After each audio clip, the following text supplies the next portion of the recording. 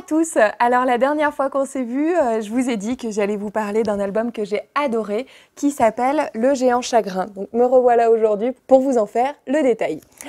Alors Le Géant Chagrin, c'est un album qui a été écrit par Carole Martinez et David Sala et qui est édité chez Casterman. Déjà, c'est un album qui m'a séduit pour son illustration qu'on voit déjà en couverture.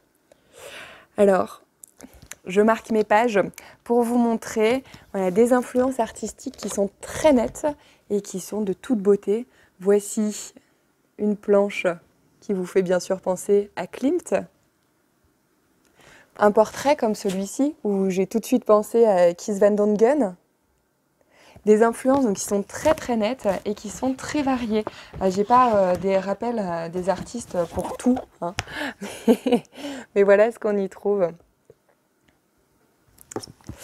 Alors son histoire à ce géant chagrin, c'est pas que l'histoire d'un géant chagrin. D'ailleurs, c'est plutôt l'histoire de Luce et Lucas, deux enfants qui vivent dans une petite ville où tout est très bien rangé.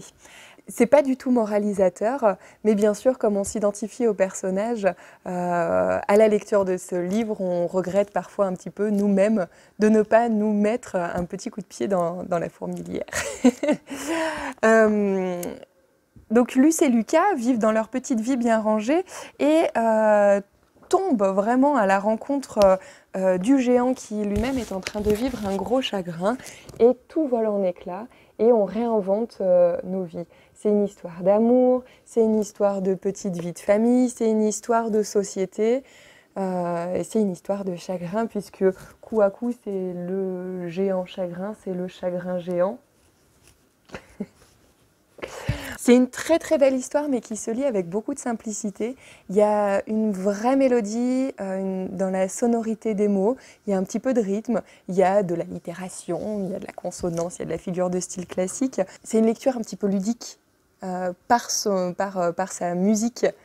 Voilà, ça s'adapte très bien à la lecture pour les enfants et ça fait très plaisir aux grands qui lisent, en vrai. Voilà, donc ce grand coup de cœur, je vous laisse, bien sûr, je ne veux pas vous en dire trop puisque je ne veux pas non plus trop dévoiler l'histoire, je vous en ai déjà dit pas mal. Les illustrations, on peut passer des heures à les regarder tellement il y a de la beauté dans chaque détail. J'en remercie énormément les auteurs parce que c'était un moment de magie. Et voilà, je vous dis à bientôt pour un prochain BookTube.